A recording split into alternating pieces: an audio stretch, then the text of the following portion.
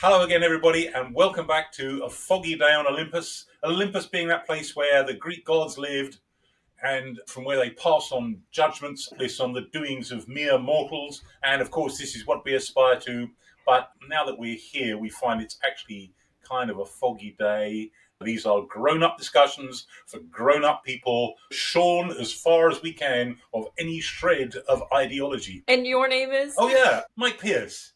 Last time I checked. And my name is Coel yeah. Campo, and today is episode 5 in our series Why the Rest Hates the West, which is the series that we've been doing on the book that you wrote, I don't know, quite a long time ago, but still relevant for today. We always encourage our viewers and listeners to watch the preceding episodes to understand the full picture of what we're talking about here. So today's episode is the roots of identity crisis, is what we're calling it.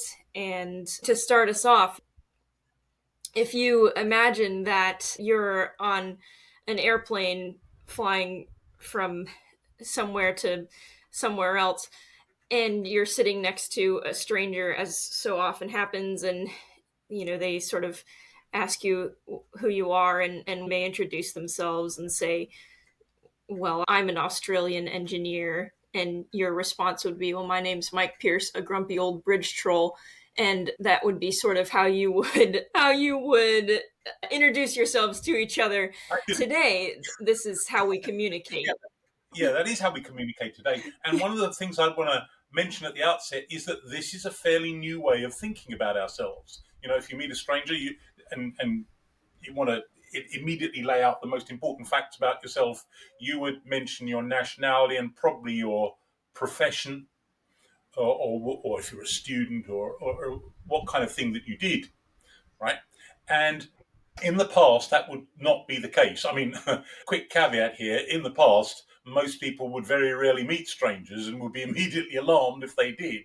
Most people never met more than 200 or 300 other people in their entire lives. Just think about that, right? But let's suppose that we got into Doctor Who's TARDIS, key theme music, right, and we land up in the middle of a field in France in the 14th century. We'll miss the late 1340s because that would be the plague bit, but some other bit of the 14th century when we don't have to worry about that.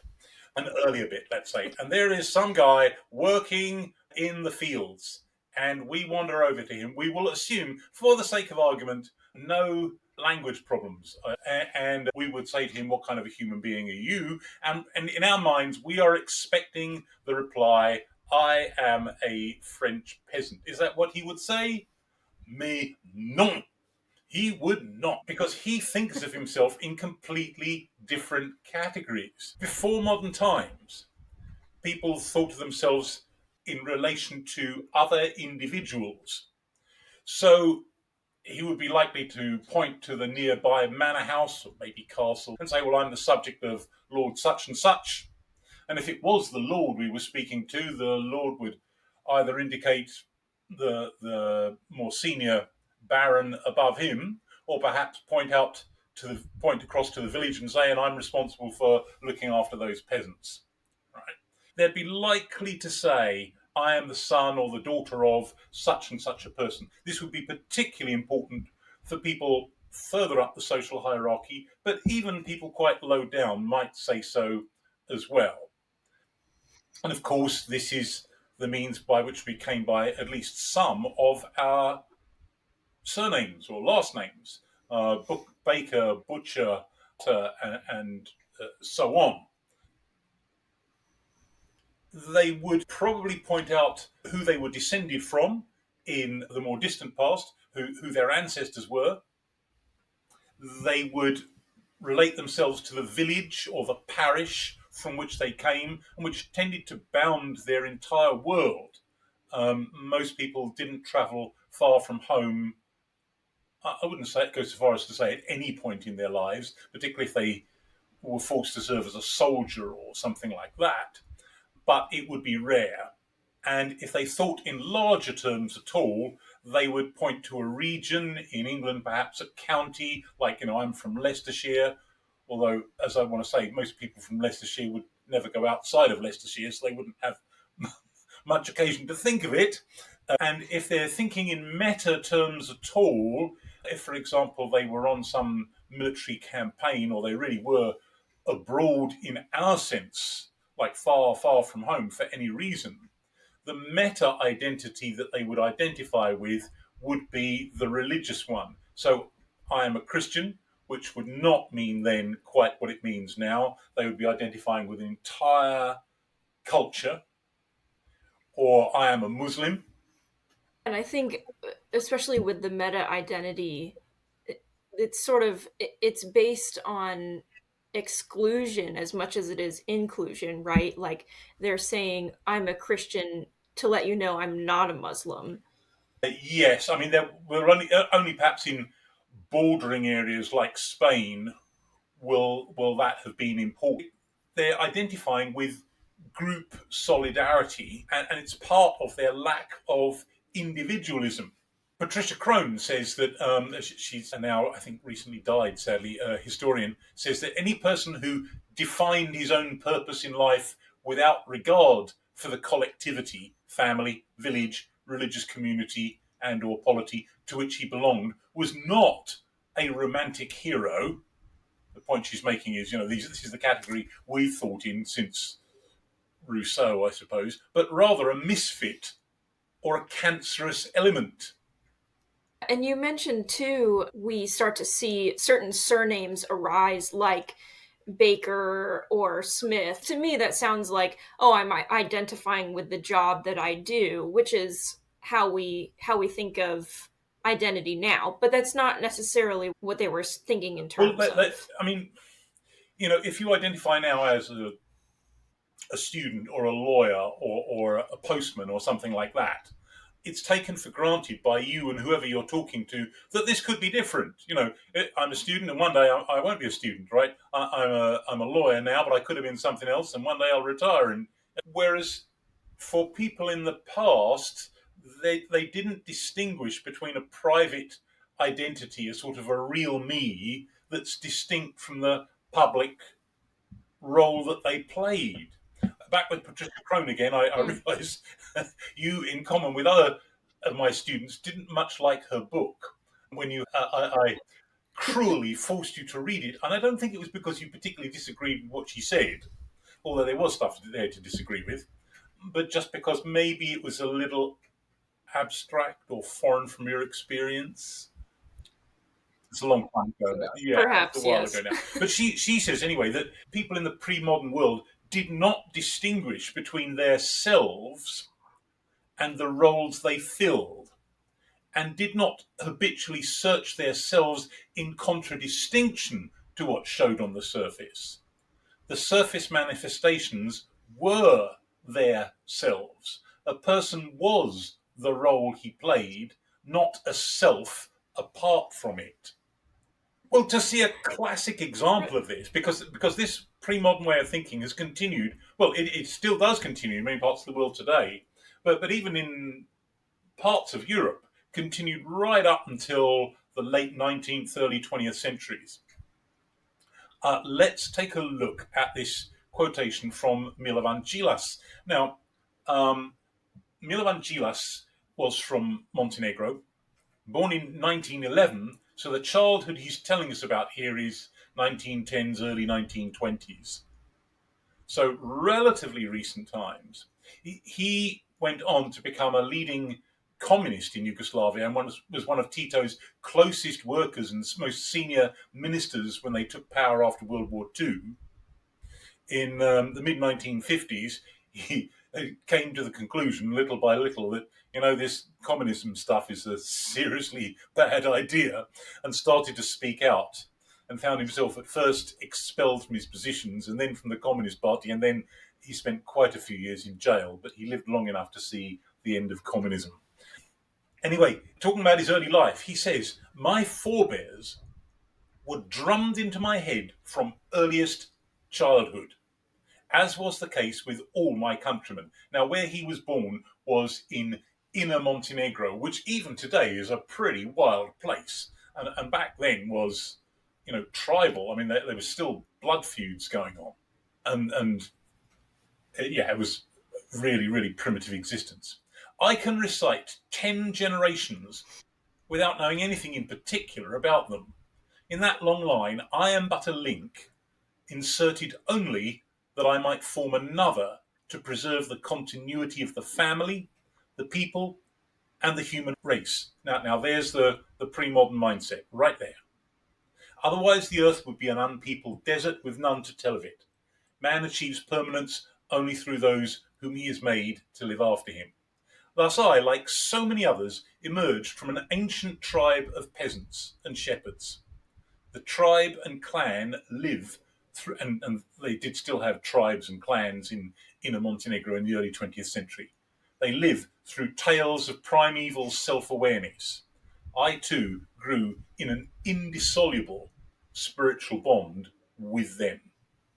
I think what really strikes me about what he's saying here is that sentence, I am but a link, right? Like this is the role that I serve. I'm just passing the family on from one generation to another. And I think from a modern individualist perspective, that kind of like, it's like a punch in the gut a little bit, because it feels so like that just strips me of my individual personality, right? Like, all I am is just, I'm serving this purpose of continuing this generation, but who I am as a person doesn't really matter. And I think this is something that we hold on to so strongly now, is being known for who I am as an individual Yes, person. yes. And this harks right back to everything we were talking about last week, of course, in terms of tradition, progress, and where postmodern society has got to in not really believing in either of those things. But yeah, we would now consider that whole way of thinking of oneself as oppressive, and yet, we Right. mourn the rootlessness that has then given us. Yeah, essentially he's saying the continuation of the family is more important than who I am as an individual, whereas we tend to reverse that Yes, now. that was taken for granted by past societies generally. Now, this starts to change with the coming of modernity. And one thing that moderns tend to forget, as I know I've said before, we tend to assume that people in the past were basically poor and low tech versions of ourselves. And of course, they weren't. But one of the many, many things that the Industrial Revolution does is not just about creating nasty smokestacks and turbocharging the economy. It's creating a deep fissure in the lives of ordinary people, because your family is no longer the unit of production.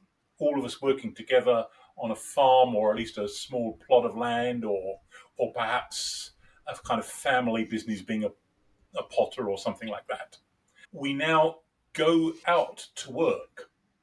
And for a couple of hundred years now, we've grown up in a culture that assumes that going out to work is part of the order of nature, right? And of course, that, along with going to school, again, is not part of the order of nature at all. These are fairly recent phenomena, which, because they are now so well entrenched with us, we somehow assume to be part of common sense and part of the natural order of things. And that's not the case at all. But once you go out to work, there's a big chasm opens up between the private life and the public life, which is still with us. Although, just to complicate things a little further, the internet is messing with that all kinds of interesting ways. It's now becoming more and more possible for people to work from home. Yeah, I was going to bring that up. I think there's I don't know how aware you are of certain subcultures in the internet, but the whole movement, at least now in the US, or the part of the US that I'm in, that people are really becoming attracted to this homesteading idea, right? Like everybody wants to grow their own garden and have farm animals and stay at home. But yeah, so I think it's interesting that we're like, some people are starting to come back around to this idea, but definitely not in the same way, I'm Right. sure. And like, I mean, I would imagine that would be that more than 90% of that would be in the US, because that ties in with certain earlier American ideals before the internet age. And also Right. because only in a country as big as America would that even be possible. Try doing that in, I was going to say, try doing that in Singapore. Okay, that's an extreme example. But even in the Netherlands, it's not going to happen, right? And I Right. also, this may just be my ultra cynical self kicking here, suspect that for a lot of people this will be a phase or even an affectation. That's not to take away their sincerity, but we are terrible in the postmodern West for going through phases and enthusiasms, But yeah, but it's understandable in a Yes. way, because we do feel lost. Right. We feel rootless. Yeah. Yeah. Well, in this new circumstance, people gravitate towards two new identities, which we'll say more about in a moment. And these are, we already touched on them very briefly in the silly little anecdote we told at the beginning there, nation, but also class. But I just want to look here at how the idea of nation and national consciousness in our sense doesn't exist before modern times and under modern living conditions. We'll talk about why in a minute. Now, this is very, very hard for people to accept. Um, so, in some ways, what we're saying here is an extremely controversial idea, but it's not controversial at all amongst historians. I mean, historians who can agree about precious little are generally agreed on that, except in some cases. In some cases, in this part of the world, where you have people who are historians, perhaps in quotation marks, but all of their writing is about how to prove the specialness of their particular nation. But those can be safely ignored, I think. Well, let's look at one contribution from this man, Richard Pipes. He was a Polish Jewish American, if that makes sense. He was a Polish Jew who's when he was 16, his family succeeded in getting out of Poland at just the right moment, and he eventually washed up in the US, where he became a famous historian of the Russian Revolution. It's a brilliant man. I want to say, especially in his own estimation. I read his autobiography once. It was very interesting. Got to the last page, closed the book, and thought, "Oh, I don't like you." But he was. I mean, I'm sure he was a very nice man in private life, but certainly a brilliant historian. And one of his most important books is a massive history of the Russian Revolution, but taking the story beginning in 1899. And there's a few golden chapters in there, of about 30 or 40 pages each, which are worth the cover price of the book on their own, if there was nothing else in the book. And one of these is talking about peasant life. And he says, in the late 19th, early 20th centuries, Russian peasants spoke their own dialect, followed their own logic, pursued their own interests, and viewed their betters and social superiors as aliens to whom they had to pay taxes and deliver recruits to the army, but with whom they had nothing in common. Now, I just want to chip in here and say that that last bit is certainly not universally true in pre-modern societies. The first elements of that are. The last bits are somewhat unusual in very many countries, and one thinks particularly perhaps of England. People felt a serious bond with those immediately above them and immediately below them in the chain of hierarchy, right? But not in pre-revolutionary France. That was one of the reasons for the instability that made the French Revolution possible, and ditto 120 years later in Russia. So what he's saying is absolutely true about Russia. But Russia tends to be extreme in a lot of its social, religious, and political phenomena. And so here. The Russian peasant of 1900 owed loyalty only to his own village and canton like a district. At most, he was conscious of some vague allegiance to his province. His sense of national identity was confined to respect for the Tsar and suspicion of foreigners. Although I should say that for lots of pre-modern people, foreigners began as soon as you could detect a different dialect, anybody from more than about 50 miles away. Right? Pre-revolutionary literary sources similarly stress the absence among the peasantry, and in Russia in 1900 they were 80 to 85% of the population. The absence among the peasantry of belonging to the state or nation. Quick note, particularly to Americans, state and nation are not synonyms, and we confuse ourselves if we think they are. We'll come back to that later. They depict it as insulated from influences external to the village and lacking in awareness of national identity. Tolstoy says, "I've never heard any expression of patriotic sentiments from the people, but on the contrary, the most absolute indifference or even contempt for all kinds of manifestations of patriotism." So, patriotism in the sense of national consciousness and nationalism, this, in their view, would have been a disease, perhaps, or even an affectation of townies. Right? It didn't affect the real sons of the soil like themselves. That's changed since, but certainly that was true then. The truth of this observation was demonstrated during World War One, when the Russian peasant soldier did not understand why he was fighting, since the enemy did not threaten his home province. He fought from the habit of obeying. They order, we go. Inevitably, once the voice of authority grew faint, as it did do during World War One, as Russia suffered so many defeats, he stopped obeying and deserted.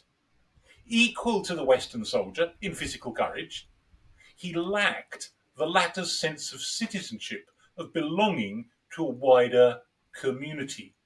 What Pipes is saying is that if you were in World War One a German soldier, or British, or French, or American, you were quite clear in your own mind that you belonged to the state and the state belonged to you, on behalf of which you were fighting. And what he's telling us is that the Russian soldiers had no such consciousness. They merely got orders from on high and obeyed because they had to. General Denikin, who later went on to fight in the White Army in the Russian Civil War, who observed this behaviour at close quarters, blamed it on the total absence of nationalist indoctrination in the armed forces. But it's questionable whether indoctrination by itself would have made much difference. What Pipes is saying is there's no point in just shouting nationalist slogans at people, because it won't make any dent on their minds, because it has no resonance with their whole life experience, which is all about life in the village, and those are their loyalties. Nationalism is something that is very important to Russia.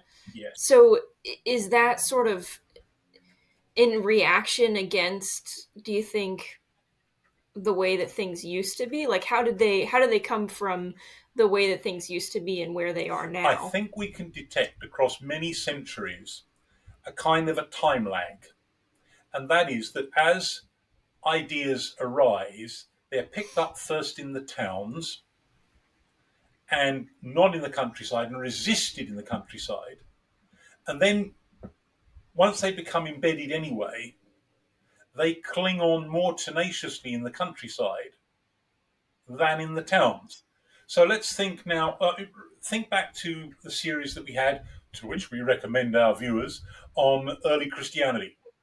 And there, I think it was possibly in the first episode, actually, we made the point that Christianity took off first in the towns, which was a big deal because only 5 to 10% of the population lived in the towns. So it's missing 90% of everybody. It spreads there later on. We have a linguistic fossil of that process, and it's the word pagan, which comes from the Latin paganus, meaning country dweller. So a country dweller was someone who had not been Christianized. They did become Christianized, but not until several centuries later. Right.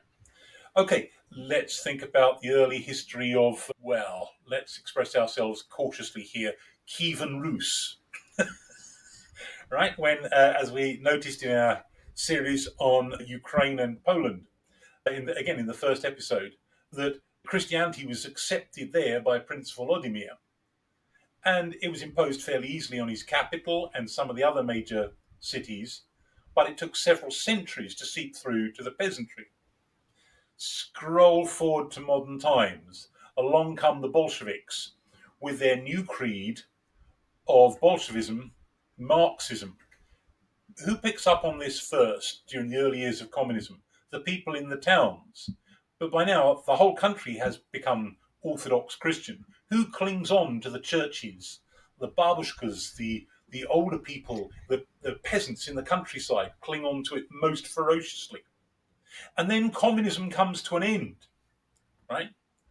And in the 1990s, who are the new style capitalists and also, it has to be said, mafiosi and hooligans in the chaos of 1990s Russia? They're in Moscow and they're in St. Petersburg. Where do you find the Stari Komunisti? Well, in the countryside.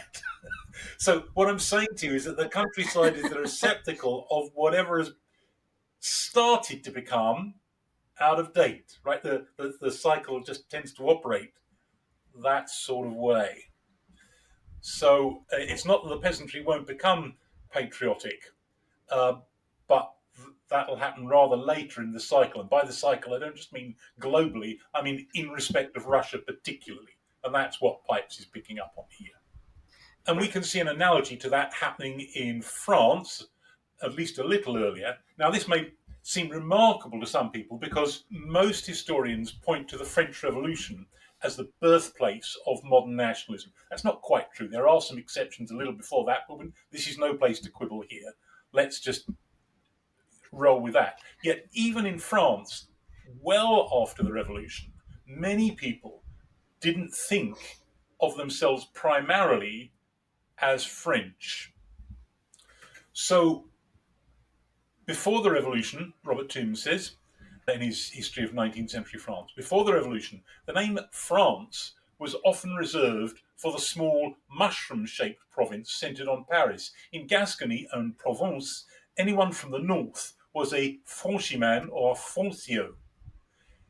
In the late 19th century, the French identity of much of the country long remained theoretical. In 1864, an inspector in Lozère was horrified that children could not say which nation they belonged to. Thought doesn't go beyond the radius of the poor parish in which they live. Secret army reports of the 1860s and 70s show that patriotism on a national level meant very little to natives of a pays. Now, pays in this context means a country district.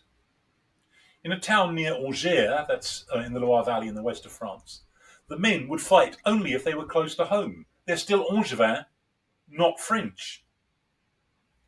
Now, he says a lot more of the same sort, but we're just kind of compressing this here.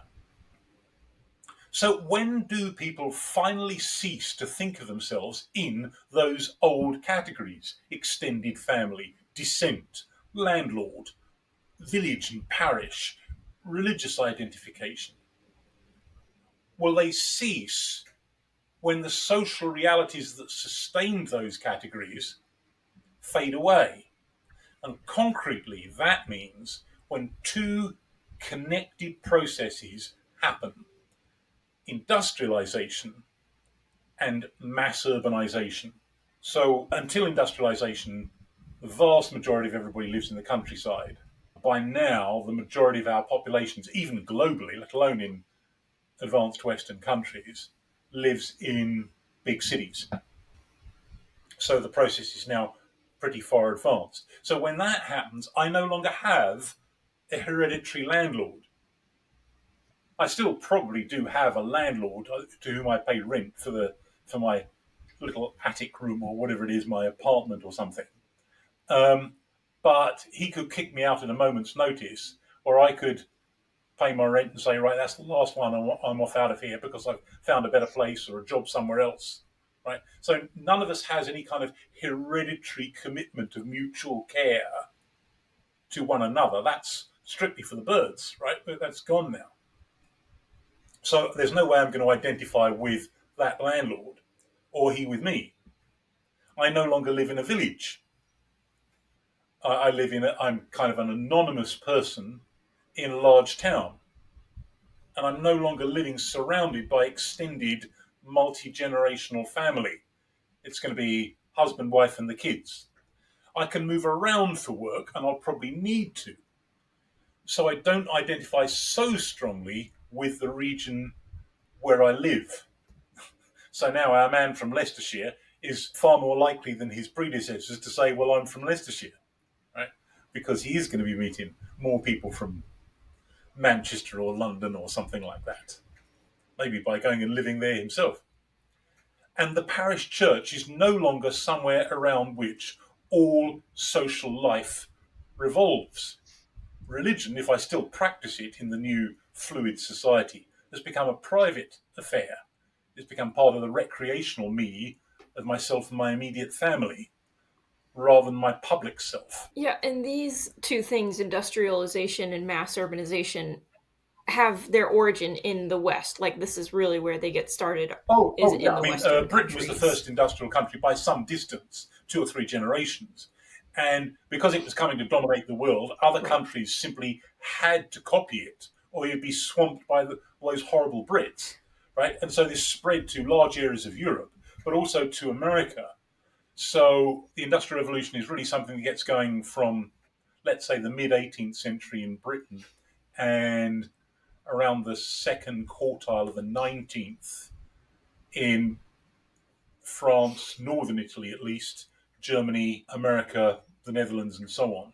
Yeah. Along with imperialization or colonization, which we just think of the British subjugating other people to their rule. I think what we forget a lot of the time is that what goes along with that is a cultural imperialism of these ideas. Yes. I mean, concerning the imperial conquest, certainly in the British case, I mean, it was quipped by, I forget who it was now, maybe someone will remember and mention it to us in the comments, by some wag, that Britain acquired an empire in a fit of absence of mind, which is an exaggeration, but not a million miles from the truth. They got involved with trading with various people, generally in coastal areas, and then inevitably got sucked into the local politics of those people, and at least protecting the people they were trading with from whoever their local enemies were, and then that made them partisans in local conflicts. And eventually, because they had superior weaponry and all the rest of it, it just became easier to keep the peace, to actually step in and hold that down. Now, not all empires were quite like that, and the British sometimes could be downright aggressive as well. But you're quite right that the culture then went with that, the export of the culture, almost as a kind of taken for granted. Well, the reason we're in charge is because our ways of doing things are better and the locals would be better off if they adopted it and so on. Yes. Okay. So once this change has happened, how do I define myself once we've industrialized and once I go out to work? And the old ways of thinking about myself no longer make an awful lot of sense. Well, in town, my relationships are much more fluid. I'm much more likely to change where I live or where I work. I can choose my friends. I'm living on terms of rough and ready equality with those around me, insofar as wealth differentials aren't immediately obvious. So my imagined solidarity group is going to be people like me. Now, at some point, I do want us to do some full episodes on the beginnings of nationalism. So I don't want to take this one too far here by breaking that down to people like me. But in practice, it will mean nation and also class. And the two most important modern political ideologies are predicated upon these. Nationalism is predicated upon national consciousness. That is, for nationalism to exist, there has to be a very large number of people who think of themselves and identify primarily in national terms. And socialism does the same with class consciousness. Now, centuries ago, when I was an undergraduate student starting college, and my professor, lovely man, David Howells in Swansea, pointed out in his course of lectures on the Industrial Revolution that class comes into existence with the Industrial Revolution. And I'm sitting there in the classroom and thinking internally, no, that can't possibly be true. What about the difference between peasants and lords and all the different degrees that exist in the Middle Ages and all this kind of stuff? And I had a chat with him afterwards, and he persuaded me, and everything I've seen and read since has confirmed that he was in fact right, and that the 19-year-old Pierce had no clue what he was talking about. The class in this sense isn't simply degree. Think of the famous speech in Shakespeare, take the degree away and blah, blah, blah. But it's not simply that, but it is the idea of an imagined solidarity group, right?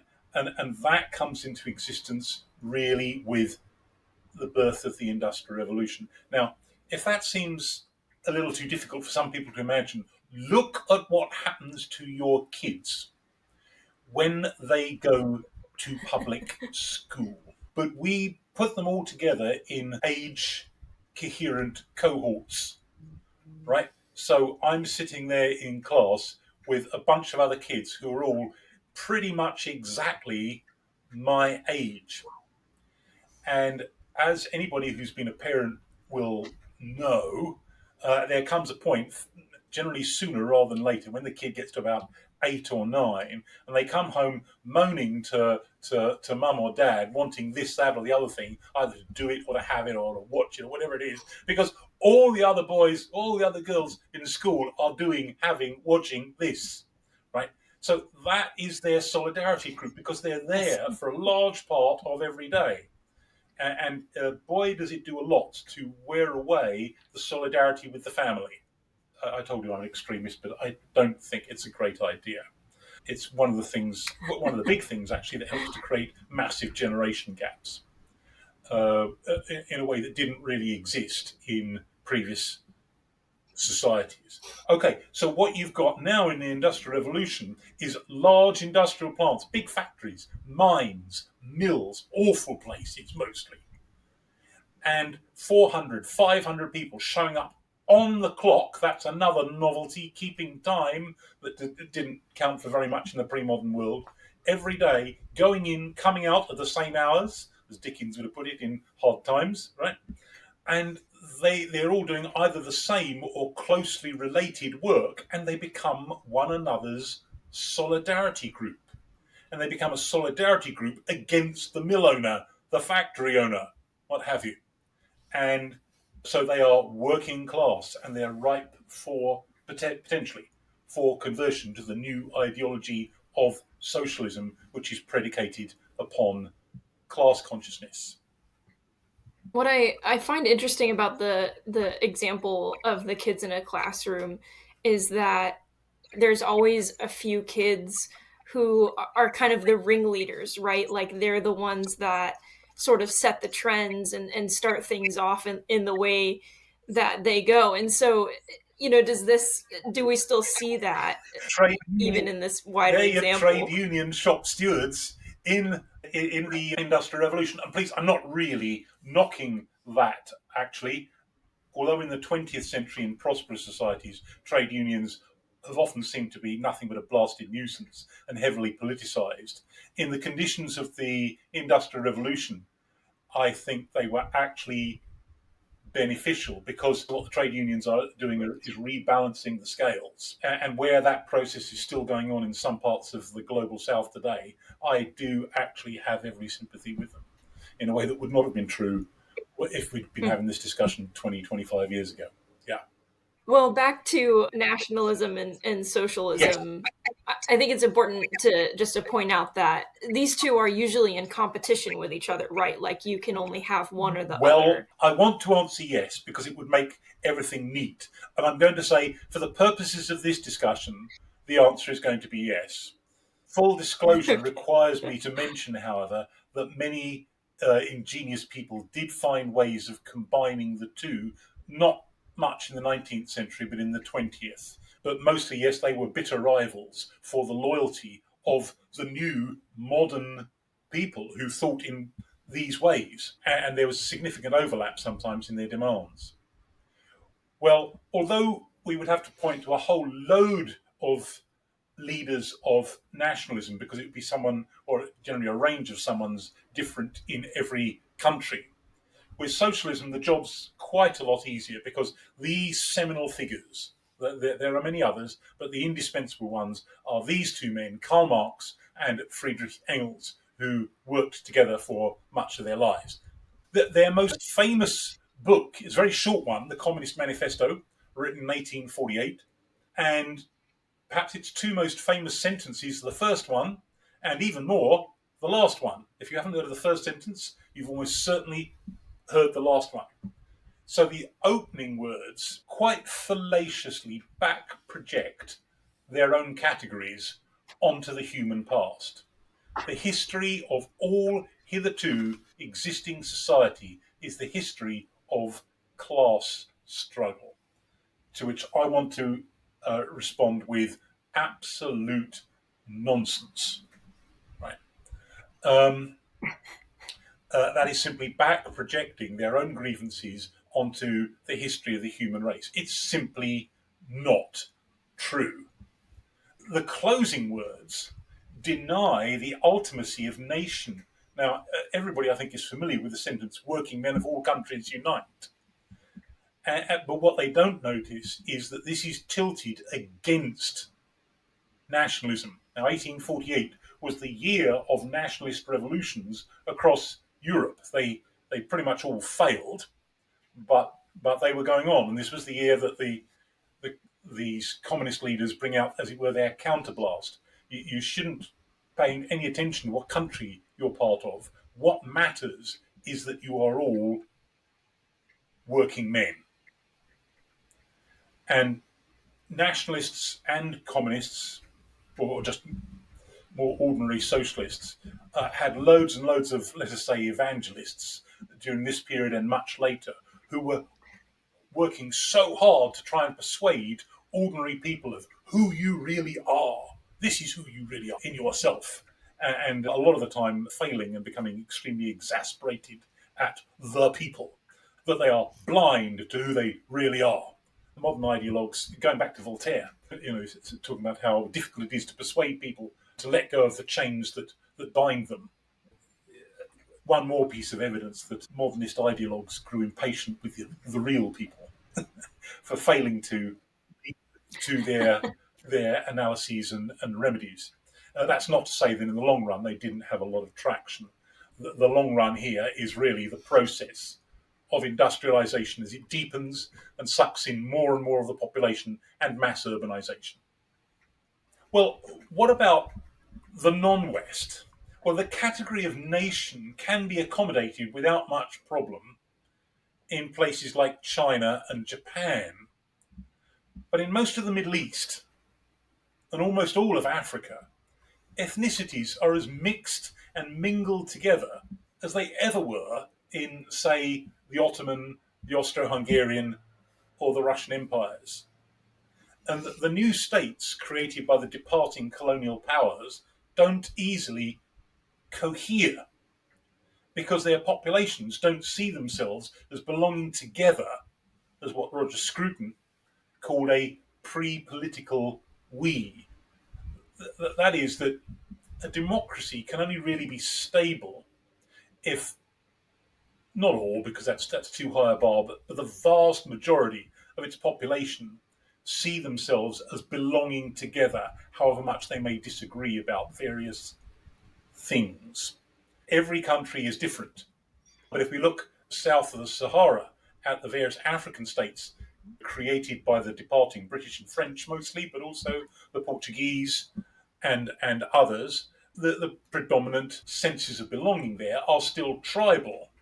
And the central governments have been working furiously since independence to try and supplant that with a new national identity.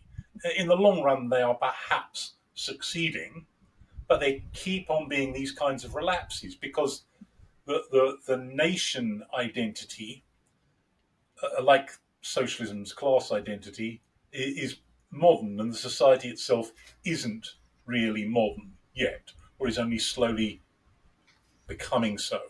So inevitably, these states become dictatorships, and the dictators style themselves nationalists. Their rule is punctuated by tribal or sectarian civil wars. Right. So I think this is why democratic world building that the West, especially the US, I'm aware, has wanted to impose on other places. This is why it doesn't work, because they view themselves in sort of still these pre-modern categories, whereas the West doesn't. We didn't realize, still don't realize that that is how people view themselves. Right. Well, let's move to something very, very current at the moment in the United States. One of the reasons we're also worried about the condition of America is the danger that whichever side loses an election won't accept the outcome of the election. That Americans are starting not to see themselves as the primary solidarity group, right? Democracy is only sustainable where the vast majority, as I say, 100% is just too high a bar to be a realistic anywhere, ever.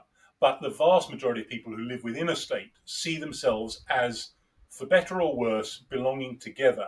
And therefore, when the group that you support loses an election, which is actually most of the time, not many parties get more than 50% of the vote, right? Everybody sort of goes, and puts up with it, right? As Roger Scruton himself pointed out, this means being ruled most of the time by people we don't think much of. But that's okay because there is this pre-political we, and that kind of is more important than that. We see ourselves as all being in this together.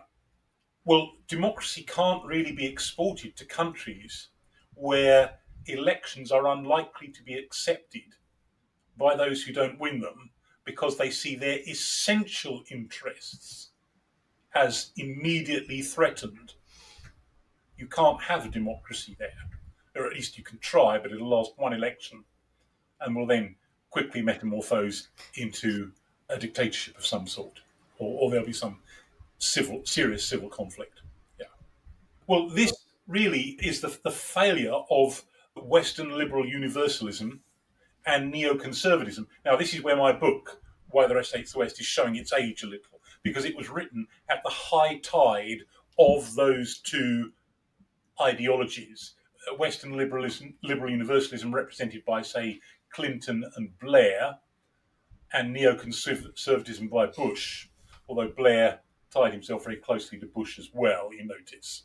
And one of the things I would want to point out is that back in the late 1990s and the early 2000s, liberals and conservatives, so called, in Britain and America, would have been horrified and insulted to realise that from outside the bubble of the West, their two apparently totally different ideologies looked almost indistinguishable because they threatened pre-modern realities in pretty much the same way. So the triumph of victory in the Cold War went to the West's collective head. Now, again, we'd urge viewers to go back to the first episode in this series, particularly to discussion about Fukuyama's book, The End of History. So whether it was Clinton's confidence that sweet reason could prevail in Bosnia and Kosovo, or George Bush's attempts to turn Iraq and Afghanistan into capitalist democracies, there was a signal failure to recognise the destructive centrifugal power of nationalism where it was present, in the Balkans, and the general absence of common belonging where it wasn't, Iraq and even more Afghanistan, and much later, Libya. Now, in case anybody wants to cut in here and say, well, Afghanistan have been held together before, so there must be some way of holding all those tribes in Afghanistan together. Well, yes, it was done by force, and it was done under a monarchy. But because the monarchy lasted a long time, force could retreat into the background, as is the case with regimes of all kinds, even including the American Revolution, right? But the longer some particular way of doing things has been in place, force can slowly retreat into the background and to the level of a mere police force. And that had been the case in Afghanistan. But once you've blown that away, then why the heck should the rest of us obey you? You've only been there for 5 minutes and you did it by force. So maybe we could get rid of you as well, right? So these issues then come right back to the fore. And similarly, as we saw with Libya in getting rid of Gaddafi, horrible though he was, he held everybody together by force, knock him out of the way, and immediately the tribal and regional identities come to the fore and start to fight one another, as indeed they are still doing. Libya counts now as pretty much a failed state. So the resultant failures have now bounced back inside the West, especially in America, into its equally dangerous opposite, isolationism. Right? If we can't win, then we won't play. Right? If we can't cut out the world into our own shape, well, we're just going to go on and do our own thing, and let the world go to places. Well, this is not a great idea either. We're very bad as people, all of us, at hitting the middle, right? And hitting the middle is one of the things that we need to do, to be engaged, but in a constructive way, without mad delusions about our capabilities, merely because we've got lots of guns. Right. Yeah, I think what I would say to isolationists, if I could, is that I just feel like it's such a short-sighted view that anybody who seriously thinks that we can sort of close our eyes and put our fingers in the ears and that the rest of the world won't bother us, I think it's a little silly. But that's just showing my opinion. We could throw Ukraine to Putin's dogs, and that not bounce back on us, obviously on Europe, but eventually also on America for the same. It's just another domino further along. A catastrophe. Right. We're now going to get a lot of Russian trolls bothering us for that remark, but there you go.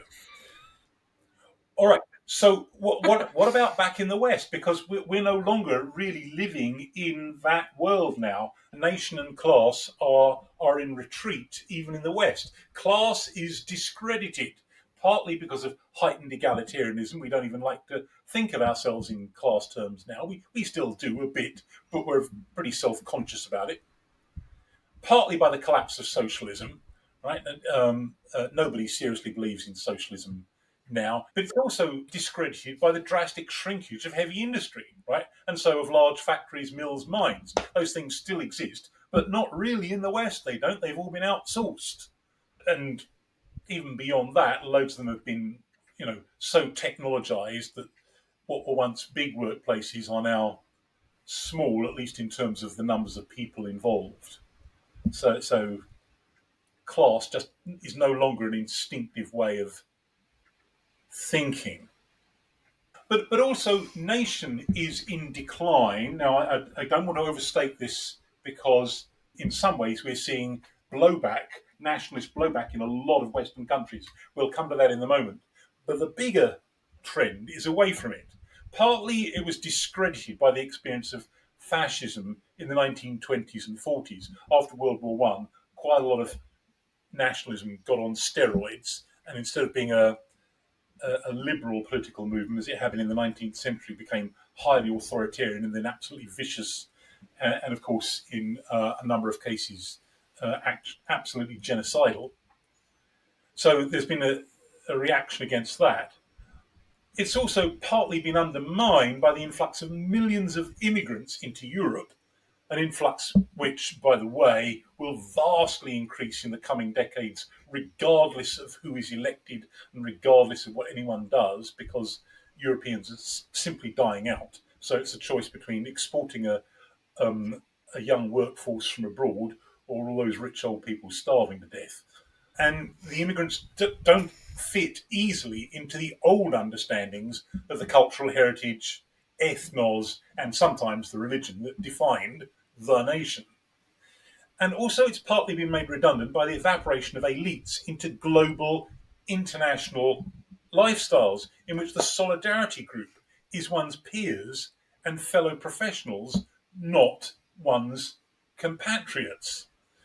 Now, it is this reality, this last reality, that David Goodhart's amazing bestseller from several years ago, The Road to Somewhere, was all about. The populist revolt against the kind of the evaporation of the elites into a globalist mindset. And he contended that in most Western countries, certainly including Britain and America, but many others as well, the population can roughly and readily be divided into what he called nowheres and somewheres.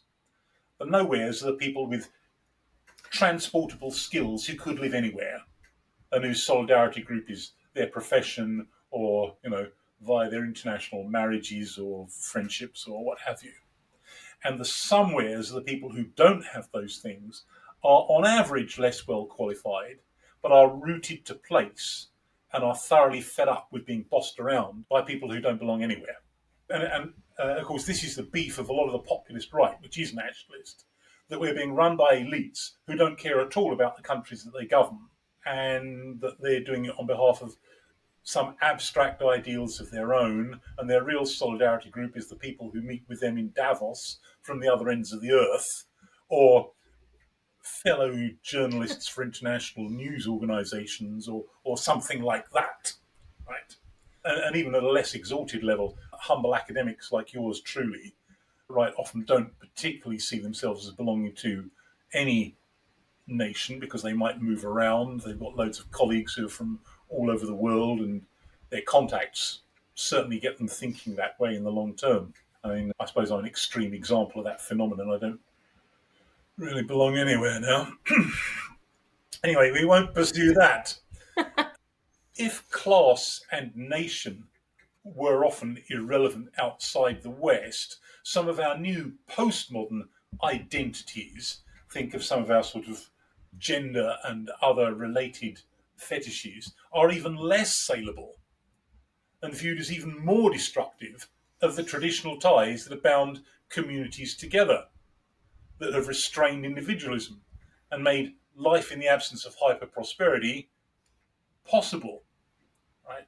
So if the Western identities often simply didn't mean a lot or were even viewed as threatening in amongst more pre-modern type populations, the new postmodern stuff is seen as being even more hyper individualist and threatening to those traditional structures.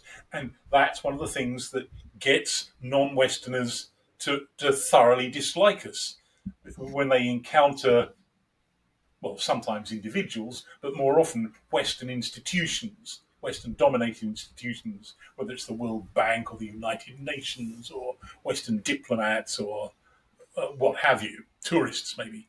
It generates this kind of resentment. And maybe even we need something rather more substantive than just consumerism and a rights discourse to keep ourselves together. That seems to be one of the most pressing political questions, even inside our own countries, that maybe we've gone too far. Well, especially like you were saying, as we're sort of starting to see cracks in democracy and things starting to fall apart, I think it's an indication of this. Yes, yes. Think how in the late 18th and the 19th centuries, nationalism was looked upon as a revolutionary type creed, overthrowing the old order, whereas now it counts as conservative in almost all Western countries. Right. And only discounting the rather large exception of fascism in the interwar period, leave that out of account. If it's mentally possible to do that. This is less due to changes in nationalism than to changes in Western society, that we've now moved on further, such that national identification looks extremely passe if I'm a jet setting journalist for News Corp or something like that.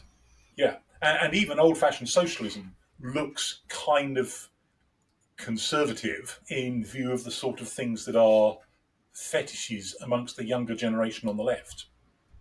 Yeah, and something I think too that's important to mention here is the way that social media, I think, has really just sort of set a fire to all of this that was going on, and maybe it's really expediting this process.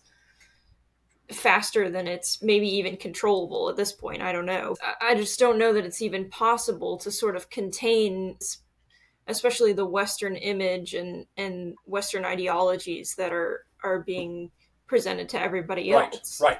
And yet, of course, that's part of the battle that a foggy day on Olympus has set itself to fight, isn't it? To try and reintroduce sanity into discussions, some level of politeness, a certain degree of scorn for ideologies, whether modern or postmodern. But yes, it's going to be an uphill battle. It is going to be an uphill battle.